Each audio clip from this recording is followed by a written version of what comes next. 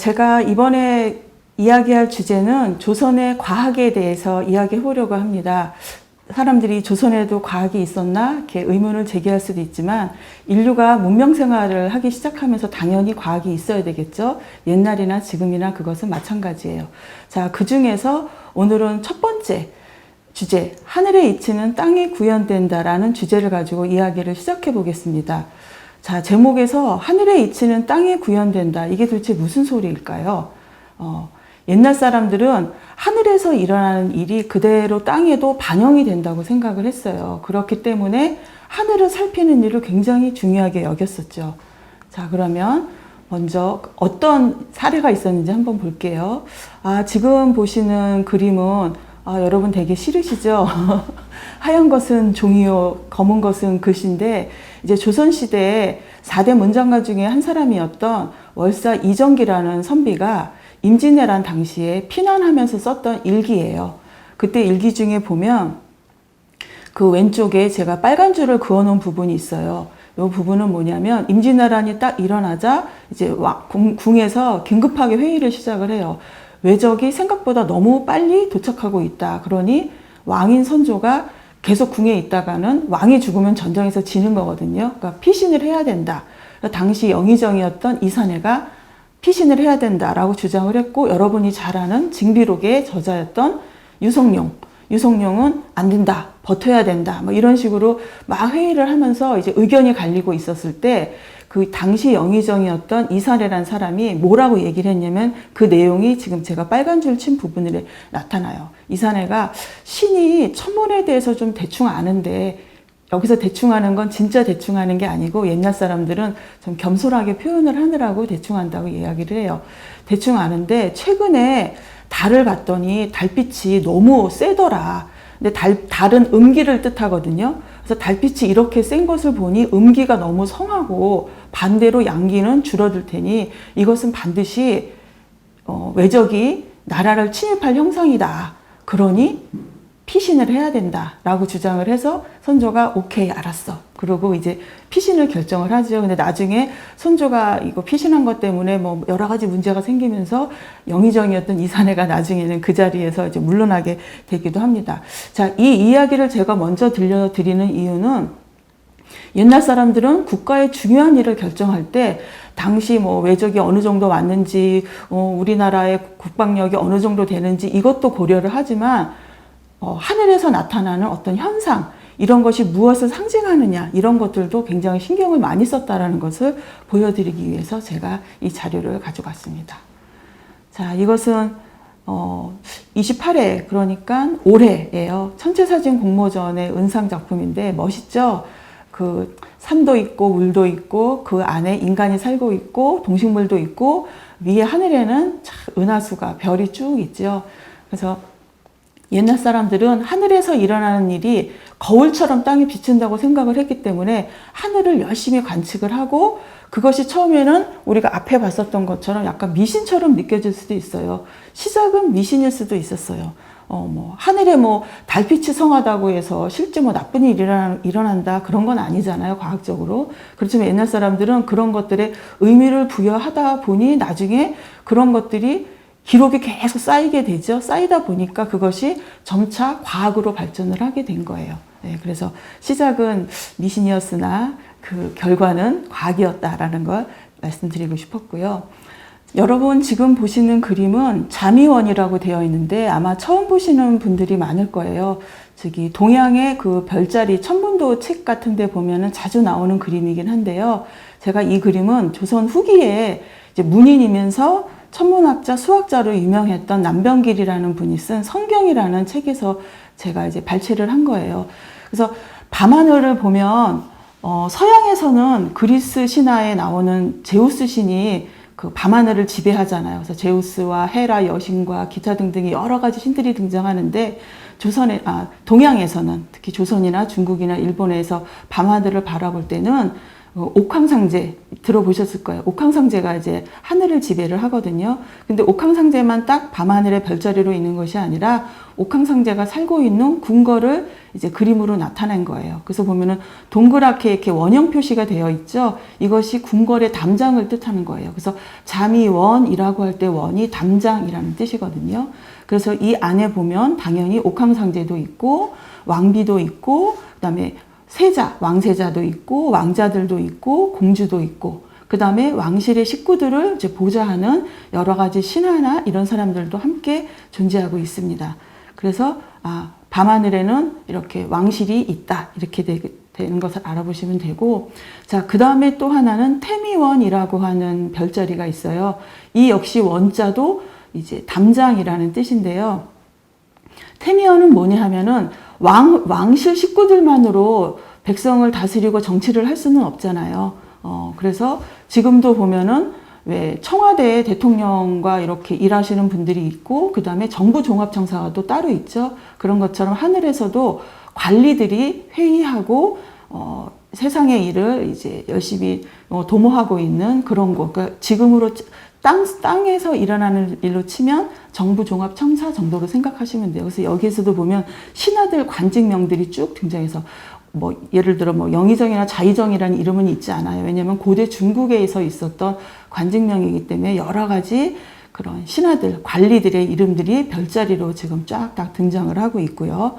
자, 그렇다면 하늘에서 왕도 있고 신하들도 있으면 그러면 세상이 다 잘 다스려지는 걸까요? 아니죠. 이 사람들은 누구를 위해 존재하는 거죠? 바로 백성들을 위해 존재하는 거죠. 그래서 백성들의 삶의 모습을 나타내야 되는데, 백성들은 농사 짓는 사람도 있고, 바다에 나가 고기를 잡는 사람도 있고, 그 다음에 열심히 밥상이나 이런 기계 공구 같은 이런 일을 하는 사람도 있고, 그래서 여러 가지 백성들의 삶의 모습을 한 곳에서 딱 모아서 볼 수 있는 곳이 어딘가 생각했더니 바로 시장이었던 거예요. 그래서 천시원이라고 해서 여기 원자도 역시 담장이라는 뜻이라 이 별자리도 약간 동그랗게 되어 있죠. 이 동그란 모양들이 바로 담장을 뜻하는 겁니다. 그래서 하늘 천자에 시장시, 하늘에 있는 시장. 그래서 이 안에 보면은 고기를 파는 사람도 있고 옷감을 파는 사람도 있고, 그다음에 우리가 고기나 옷감 같은 시장에서 물건을 사고 팔 때 양을 속인다거나 이러면 안 되잖아요. 그래서 자도 있고, 그 다음에 무게를 재는 저울도 있고, 그 다음에 혹시라도 시장에서 이렇게 속인다거나 나쁜 일을 한 사람들을 가두는 감옥도 있어요. 오른쪽 끝에 보면은 동그랗게 작은 별이 원형이 되어 있는 게 있는데, 이게 혹시라도 거기서 잘못을 한 사람들을 가두는 감옥이에요. 그래서 밤하늘에 이 별자리가 유독 반짝인다 그러면 시장에서 누군가 잘못을 저질러서 감옥에 갇혔구나, 그럴 일이 생기겠구나라고 옛날 사람들은 이제 예상을 했었습니다. 그래서 동양에서는 이제 별자리를 크게 하늘 중심에 아까 했던 잠이원, 태미원, 천시원 세 가지가 있는데, 이것을 세 가지의 원이라고 해서 삼원이라고 하고요. 그 다음에 동서남북에 별이 7개씩이 배치가 돼요. 이 그림은 아주 오래된 중국에서 나타난 그런 별자리, 하늘에 있는 천문도를 그린 그림인데 되게 간략하게는 설명되어 있어요. 여러분이 혹시 예전에 있었던 드라마 태왕사신기라는 드라마가 있었어요. 고구려 시대를 배경으로 했던 드라마인데, 옛날 사람들은 하늘의 동쪽에는 청룡이, 하늘의 서쪽에는 백호가, 하얀 호랑이, 하늘의 남쪽에는 붉은색 주작이, 그 다음에 하늘의 북쪽에는 검은색 현무, 약간 거북이 자라 같은 이런 건데요. 이 네 가지의 동물이 사방을 지키고 있다고 믿었어요. 그래서 이 네 가지 동물에 7개씩의 별자리를 준 거예요. 그래서 옆에 보면은 제일 바깥에 동물들이 그려져 있고 그게 사신이에요. 그 다음에 그 안쪽에 보면은 아주 간략하게 생략된 별자리가 7개씩이 배치가 되어 있어요. 자, 7개씩이 4방향으로 있으면 몇 개죠? 4, 7이 28. 28개의 별자리가 있거든요. 이것을 그래서 28수라고 이야기를 해요. 그래서 동양 별자리의 기본 별자리는 무엇이냐? 그러면 아까 중앙에 있었던 삼원과 사방에 7개씩 있는 모두 28수의 별자리가 하늘을 지배하고 있다라고 이야기를 합니다. 자, 이 그림 같은 경우에는 여러분이 자주 보셨을 거예요. 이제 우리나라가 세계에서 자랑하는 그런 천문도인데 제목이 천상열차 분야지도예요. 발음을 할 때 가끔 사람들은 천상열차 분야지도. 그래서 아, 이거 지도인가 보다 하는데 그건 아니고 천상, 하늘에 있는 모양을 열차, 순서대로 분야를 나누어서 만들어낸 그림. 그래서 천문도인데 이게 세계에서 두 번째로 오래된 천문도예요. 세계에서 첫 번째는 중국에 있는 순우 천문도라는 천문도가 있고 남송시대에 있었던 거고, 이건 이제 조선 왕조가 건국을 하면서 이제 만들어 놓은 것인데, 이 지도의 원조가 되는 것은 고구려 때의 그 천문도를 이제 바탕으로 한 거예요. 그래서 전설에 의하면, 전설이 아니라 이제 전해 내려오는 이야기에 의하면, 이제 조선 왕조가 딱 세워지고 나서 어느 날 어떤 노인이 와서 천문도를 바쳤다. 이것은 고구려 때 천문도인데 그것을 이렇게 옛날 사람들은 그것을 돌에다 새겼거든요. 그것을 이제 먹칠을 해갖고 복사를 딱 뜬 건데 그것을 바탕으로 해서, 근데 고구려 때와 조선은 많은 시간이 지났고 고구려의 수도는 평양이고 조선의 수도는 한양, 지금의 서울이잖아요. 위도가 다르잖아요. 그래서 그것을 다시 재조정해서 이제 만들어낸 것이다. 그래서 그런 내용들이 이 그림의 밑에 보면 아주 작은 글씨들이 있잖아요. 그 글씨에 다 설명되어 있는 내용입니다. 그래서 굉장히 많은 이제 별자리들과 별들을 그려놓은 그런 천문도입니다. 자, 지금 보시는 그림은, 사진은 되게 멋있죠. 초신성 폭발하는 장면이에요. 여러분, 초신성 그러면은 아, 되게 멋있다. 그리고 이름이 뭐예요? 초라는 건 굉장히 크다. 그래서 슈퍼라는 의미고요. 신성은 새신자의 별성자, 새로 생긴 별이라는 뜻이잖아요. 근데 제가 좀 전에 이것은 별이 죽을 때 폭발하면서 생기는 지금 모양이라고 얘기를 했잖아요. 왜 별이 죽을 때를 신성, 새로운 별이라고 했을까? 이 이야기는 뭐냐면, 밤하늘의 별이 항상 고정돼서 있잖아요. 늘 그 자리에 묵주칠성, 뭐 카시오페이아 이런 식으로 있는데 어느 날 갑자기 안 보이던 별이 착 하고 나타났어요. 그래서 아, 새로운 별이다라고 했는데, 이제 현대 천문학자들이 그것을 조사해 보니 그것은 별이 죽을 때 폭발을 하면서 큰 빛이 이제 발사가 되면서 나타났던 현상이다라고 이야기를 하는데, 조선시대에도 이 초신성에 대한 기록이 있었어요.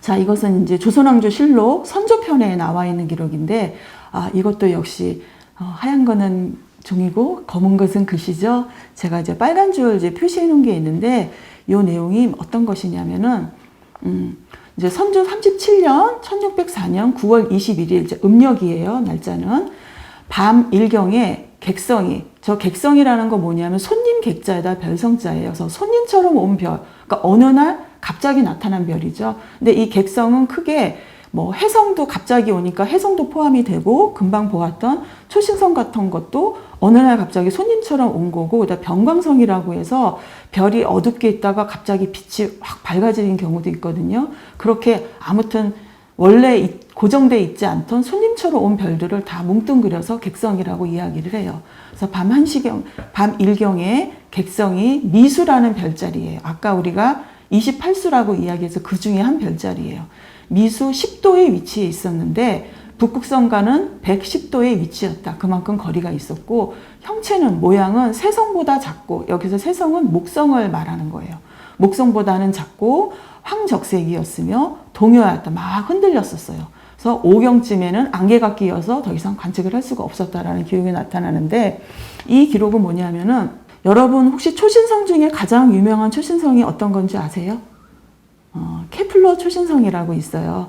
이것은 이제 케플러라는 천문학자가 발견했기 때문에 그 사람의 이름을 붙여서 케플러 초신성이라고 하는데, 케플러가 발견했을 때보다 약 4일 앞당겨서 발견 기록이 나타난 거예요. 선조실록에.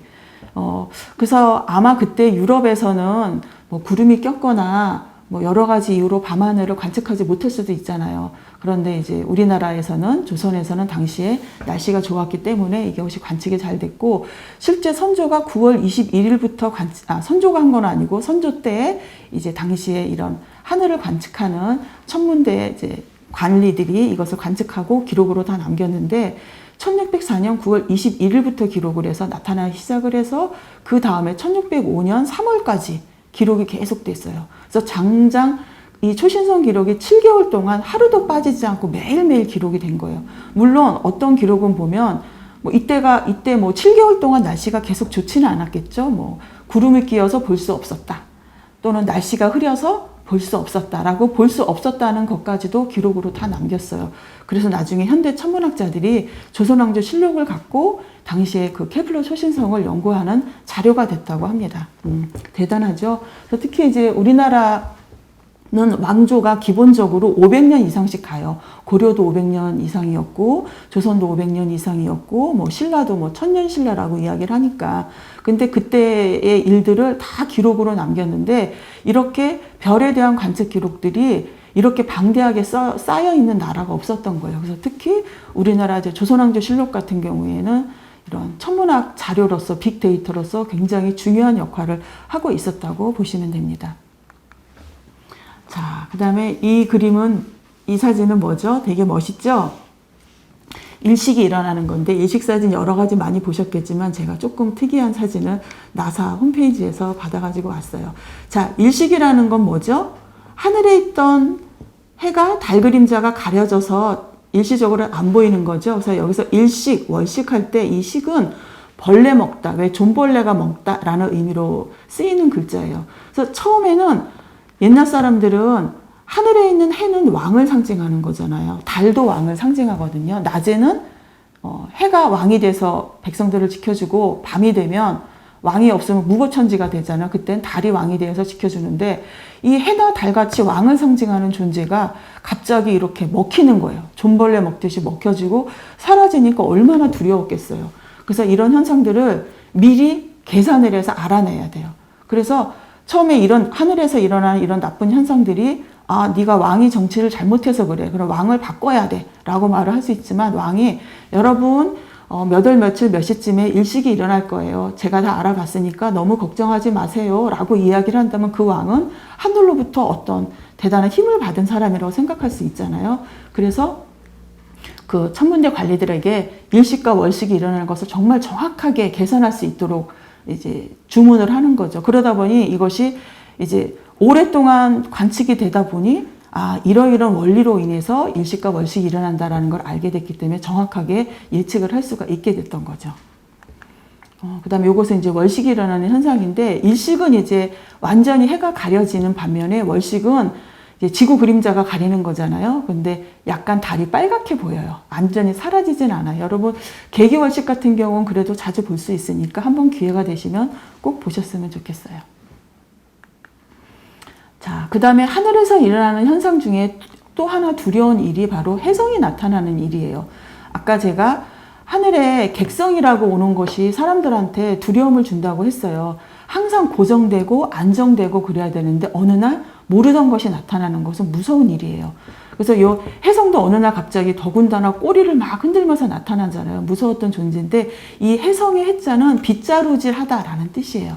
그래서 마치 혜성이 밤하늘을 빗자루질 하는 것처럼 슉 꼬리를 들고 나타나는 건데, 이것은 이제 고대 중국에서 중국에 있는 어떤 그 유명한 귀부인의 무덤에서 나온 그림인데, 그림이 되게 약간 외계인 그림 같죠? 옛날 사람들이 혜성을 그린 그림이에요. 그래서 우리가 혜성 그리면 그냥 동그라미 있고 혜성의 꼬리 2개 정도 그릴 테지만 옛날 사람들은 꼬리의 모양이 이렇게 2개로 나타날 때, 혜성의 핵이 2개로 갈라질 때, 하나로 보일 때, 꼬리가 다시 거기서 많이 분사될 때, 그 다음에 어떤 것은 마치 로켓 꼬리처럼 꼬리가 뭉쳐서 올 때, 그 다음에 뭐 정면으로 올 때는 이렇게 꼬리가 보이지 않고 뱅뱅뱅뱅 도는 약간의 선풍기 그 날개처럼 보일 때도 있거든요. 그래서 여러 가지 모양들의 혜성을 다양하게 자세하게 이렇게 설명을 해놓은 거예요.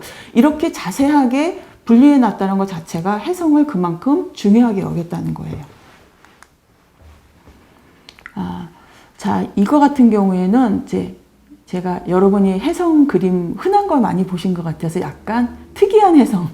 혜성이 태양을, 원래 혜성이라는 건 태양의 중력으로 끌어들여 오기 때문에 태양을 한 바퀴 돌고 이제 지나가는데 영영 지나가서 다시 안 오는 것도 있고, 우리가 알고 있는 헨리 혜성처럼 정기적으로 주기를 맞춰서 오는 혜성들도 있죠. 그걸 우리가 정주기 혜성, 한 번 왔다 다시는 안 오는 혜성들을 비주기 혜성이라고 합니다. 약간 특이한 혜성의 모양을 제가 보여드렸고, 그 다음에 혜성 같은 경우에는 뭐 신라시대 때 혜성가라는 노래를 지어서 혜성을 물리쳤다라는 이야기도 있고, 이것은 조선시대 아까 말했던 선조시대 때 살았던 문인인데 역시 4대 문장가 중에 한 3번째에 꼽히는 사람이에요. 이 사람이 쓴 장성행이라는 아주 굉장히 긴 시인데 그 중에서 제가 일부만을 갖고 왔어요. 장성이라는 건 긴 별이라는 뜻이라 혜성을 뜻하는 거예요. 그래서 번쩍번쩍 100길짜리 긴 꼬리 장성, 꼬리가 길어서 장성이고 동쪽 끝에 나타나서 하늘 북방 가로질러 가네. 혜성인가 패성인가 참창성인가, 사람들은 이것이 바로 치욕이라고 말한다. 장성도 혜성이고 혜성도 혜성이고 패성도 혜성이고 참창성도 혜성이고 치욕이도 혜성이에요. 근데 혜성인데 혜성의 모양에 따라서 이름이 이렇게 달라지는 거예요. 그래서 예를 들어서 뭐 치우기 같은 경우는 꼬리가 2개로 확실하게 갈라지는 경우를 치우기라고 얘기를 하고, 혜성은 우리가 흔히 보는 것들, 그 다음에 패성 같은 경우는 혜성이 정면으로 나타나면 꼬리가 보이지 않고 아까 제가 왜 선풍기 날개처럼 보인다고 했잖아요. 그런 경우를 패성이라고 하고, 참창성 같은 경우는 혜성이 나타나면 전쟁이 일어날 것이다 라고 예언을 해서 그런 경우에는 참창성이라고도 불렀어요. 이렇게 해서 굉장히 다양한 혜성의 모양에 따라 그 이름도 그림도 달리 표현을 했을 만큼 혜성의 존재를 중요하게 여겼습니다. 자, 이 그림도 보면은 옛날 사람들이 이제 밤하늘에 일어났던 일들을 매일매일 관측해서 기록한 기록물이에요. 책으로 다 이제 꾸려져 있는데 여기에도 보면은 혜성 그림이 딱 보이죠? 그 옆에 별자리가 이렇게 있어요. 별자리 이름도 있고. 그래서 이것은 보면은 몇 월 며칠 몇 시에 어느 자리에서 몇 도가량의, 길이는 어느 정도의, 색깔은 뭐 무슨 색, 뭐 백색이라던가 황색이라던가 흐린 황색이라던가, 그 다음에 크기는 얼마, 뭐 자두씨만 하다, 복숭아씨만 하다, 아니면 아예 무슨 몇 척이다, 뭐 이런 식으로 다 표시를 해놓거든요. 그것을 다 기록을 해놓고 있어요. 자, 좀 전에 봤었던 이것에 대한 이 책에 있는 내용 중에 이제 또 다른 이야기를 하나 보면은 보통 기록이 이렇게 나와 있어요. 올해 10월 25일 밤 4경에 혜성이 진수라는 별자리 밖으로 이동하였으며 서남성과 우할성, 이건 별이에요, 사이로 조금씩 나아갔다.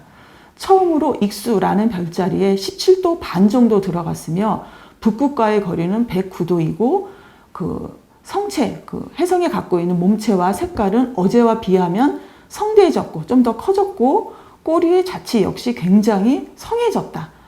길이는 거의 한 장 남짓 되었고 도수, 그 크기도 5천, 6천 정도 되었으며 익성이라는 별자리 가운데로 뻗어갔다.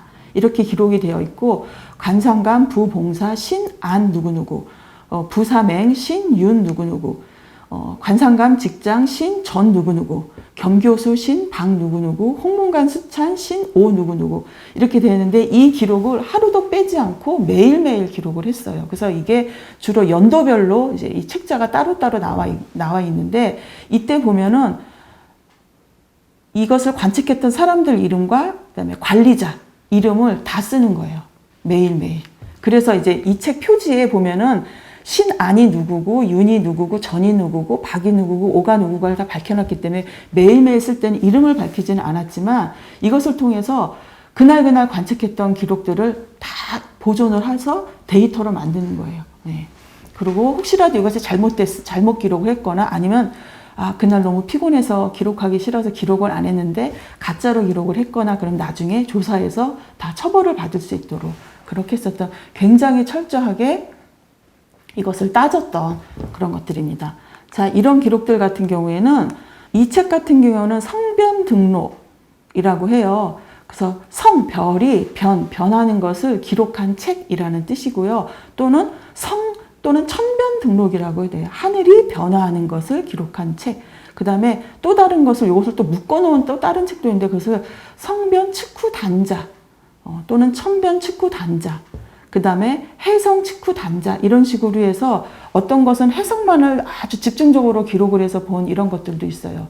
그래서 제가 이제 조선시대 이런 기록물들을 성변 측후 단자를 제가 한 3권 정도 번역을 한 적이 있었는데, 그때 이제 번역을 할 때 있었던 일 중에 어떤 것이었냐면, 이제 저는 천문학자가 아니라 한문학자예요. 그래서 한문으로 된 기록을 이제 번역을 해서 천문학자 선생님께서 그것을 이제 이 기록이 정말 천문학적으로 옳은지를 이제 감수를 해주시는데, 저도 이걸 해석이라고 생각을 하고 이제 번역을 했었는데, 감수하시는 천문학자 선생님께서 이거 아무래도 해성에 대한 기록이 아닌 것 같다. 해성이라고 보기에는 너무 해성 같지 않은 현상들이 많이 나타난다. 왜냐하면 해성은 꼬리가 있고 이렇게 하면 사라지는 건데, 꼬리가 뭐 이렇게 뭐 비단처럼 뭐 길게 늘어섰고 뭐 이런 기록들이 나오는 거예요. 그래서 그 기록이 무엇인가를 조사했더니 바로 오로라 기록이었다.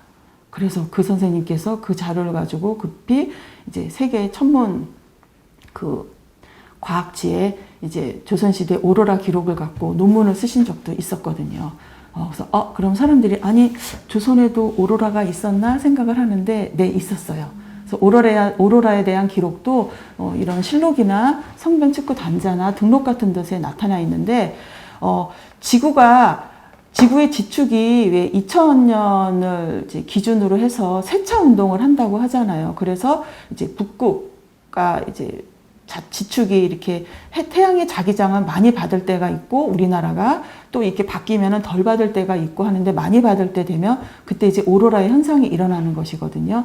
그래서 옛날에 이런 오로라 현상이 일어났는데, 그렇다면 그 기록이 오로라인지 아닌지를 어떻게 알아요? 그래서 오로라가 일어나는 원리는 여러분들 아시죠? 태양풍이 굉장히 세게 불어올 때 지구의 자기장과 부딪히면서 전자활동이 일어나면서 하늘에 이렇게 쫙 커튼처럼 모양이 이렇게 나타나는 거죠. 그래서 주로 북극과 남극 쪽에서 일어나는데, 태양풍이 크게 이제 활성화될 때가 있잖아요. 이제 그때가 태양 흑점 활동과 관계가 있다는 거예요. 그래서 그 기록을 현대 과학자들이 이제 맞춰봤더니, 맞다. 태양 흑점이 활발했을 때 나타났던 현상이다. 그러면 이것이 오로라인 것이 맞다라고 이야기를 했다고 합니다. 자, 지금 여러분이 보시는 그림을 보면 태양이 있고 검은 점이 있죠. 이것이 바로 태양의 흑점이죠. 그래서 조선시대 기록에 보면은 이 태양 흑점도 관측을 해서 했었던 기록에서 태양 흑점이 커졌다, 작아졌다. 그래서 그 모양이 복숭아만 했다, 그러니까 새알만 하다, 계란만 하다, 이런 식의 표현들이 나타나는데, 그렇다면 태양의 흑점을 기기도 없었던 그 시절에 어떻게 봤을까 궁금하죠? 옛날 사람들은 세숫대야 같은 큰 대야에다 물을 떠놓고 태양이 비춰지잖아요. 거기서의 흑점을 관측했다고 합니다. 그래서 이렇게 조선시대 사람들은 끊임없이 하늘을 관측을 하면서 그것을 기록으로 남겼기 때문에 굉장히 현대제 천문학자들에게도 굉장히 중요한 그 관측 자료로서 활용이 되고 있다고 합니다. 네, 여기서 오늘 천문학에 대한 이야기 마치겠습니다. 감사합니다.